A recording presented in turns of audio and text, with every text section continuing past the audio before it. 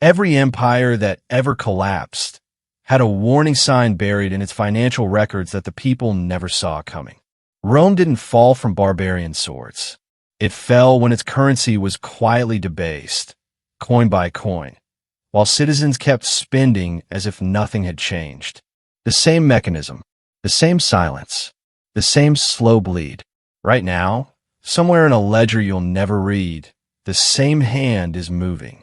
And history, brutal, unforgiving history, suggests you are not the one holding the pen. Debase the coin, control the people. The year is 235 AD. Rome is still standing. The marble is still white. The legions are still marching. But inside the imperial treasury, something irreversible is already happening, and the people in the markets have no idea.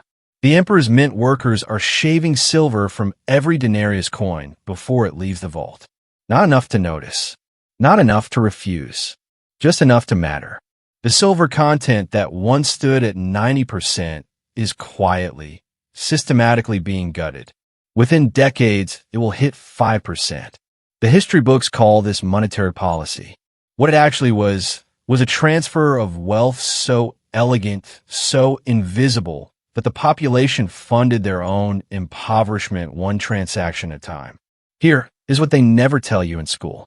The emperors didn't debase the currency because Rome was desperate. They debased it because it worked. It paid armies without raising taxes. It financed wars without public consent. It moved real purchasing power from the hands of ordinary Romans directly into imperial control. And the people only felt the consequences long after the mechanism was untouchable. This is the moment everything changed for the ancient world. And it never stopped changing. Because this is not history. This is the playbook. The same move is being made right now. Through quantitative easing, through deficit spending, through inflation targets that quietly redistribute wealth upward while wages chase prices they will never catch. They have been using this playbook for centuries, and most people never notice because the coins still look the same. The Machiavellian lesson Rome burned into history is this. He who controls the unit of exchange controls the behavior of every man forced to use it. Let that settle, because what comes next reveals not just how this pattern repeats, but who specifically has been appointed to repeat it. Debt is the oldest weapon. Florence, 1434. Cosimo de' Medici is not a general. He commands no army. He holds no official title that history would recognize as power. And yet, on a quiet autumn morning, he walks back into a city that exiled him just 1 year prior. And every man with authority in Florence is already waiting to hand it to him. The history books frame this as political triumph. What actually was a debt collection. The Medici Bank had spent decades doing something that textbooks never tell you this part about. It had made itself indispensable to the very men who feared it most. Popes borrowed from the Medicis to finance holy wars. Kings borrowed to fund crowns they couldn't yet afford. Merchants borrowed to move goods across trade routes that Medici letters of credit had quietly come to control. And with every loan issued, something invisible transferred. Not just interest, but obligation. Loyalty purchased through necessity. Influence secured through dependency. This is the moment everything changed in how power actually works. Because Cosimo didn't need loyalty sworn on a sword. He needed your name on a ledger. The same move is being made right now. Nations borrow from institutions whose boards they will never elect. Developing economies accept infrastructure loans with terms buried in clauses that transfer resource rights upon default. Individuals carry consumer debt engineered to self-perpetuate, minimum payments designed to maintain the relationship, never to end it. This pattern keeps repeating, and most people never notice because the chains are denominated in currency, not iron. The Machiavellian lesson the Medicis wrote into the architecture of modern finance is this. You never need to own a man when you can own what he owes. What happened next was not an accident. Because the next point reveals how the people who understood this lesson didn't just use debt to control individuals. They used it to bring entire nations to their knees. Collapse is never an accident. London, 1720. The coffee houses of Exchange Alley are electric. Merchants, aristocrats, clergymen, and widows are all pressing forward with the same desperate energy. Everyone wants shares in the South Sea Company. The stock has already risen 600% in a single year. People are mortgaging estates, liquidating inheritances, borrowing against futures they haven't earned yet. The mania is total. The faith is absolute. And the directors of the South Sea Company are already selling.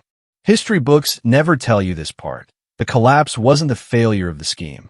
The collapse was the final phase of it. While public enthusiasm was being deliberately stoked through fabricated trade projections and calculated rumors of impossible profits, the insiders were engineering their own quiet exit. Parliamentary officials had been given shares at discounted prices before the public offering. The feedback loop was not accidental. The euphoria was a distribution mechanism, a way to find buyers willing to hold the wreckage that was coming. This is the moment everything changed in how financial predation operates. Because the South Sea bubble didn't prove that markets are irrational. It proved that irrationality can be manufactured, timed, and profited from by the same people who manufacture it. The same move is being made right now. Asset classes get narratives before they get valuations. Retail enthusiasm arrives precisely when institutional positions need exits. This pattern keeps repeating, and most people never notice because they're always invited to the party at the moment the hosts are already putting on their coats. The Machiavellian lesson, 1720 sealed into the permanent record of financial history, is this.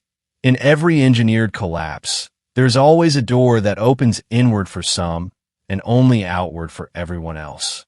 What happened next was not an accident, because the next point reveals how the greatest empires in history didn't just survive this pattern. They used it as a cornerstone of their entire financial architecture. Empires die at the balance sheet. Seville, 1556. The ships are still arriving. Galleon after galleon, heavy with silver torn from the mines of Potosi, unloading into the wealthiest port in the known world. Spain controls more liquid wealth than any civilization in recorded history. Its armies dominate Europe. Its flag flies on 3 continents. By every visible measure, this is the apex of an empire that should last 1,000 years. Spain will declare bankruptcy within the year. History books never tell you this part. The silver didn't save Spain. The silver was the trap. Because the moment that wealth began flowing in without the discipline of production behind it, the empire stopped building the mechanisms that sustained power and started consuming the ones it already had.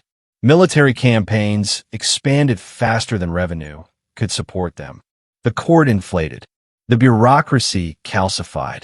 And the Spanish crown, drunk on incoming treasure, borrowed against future shipments that were already promised to Genoese bankers before the ships even left the Americas.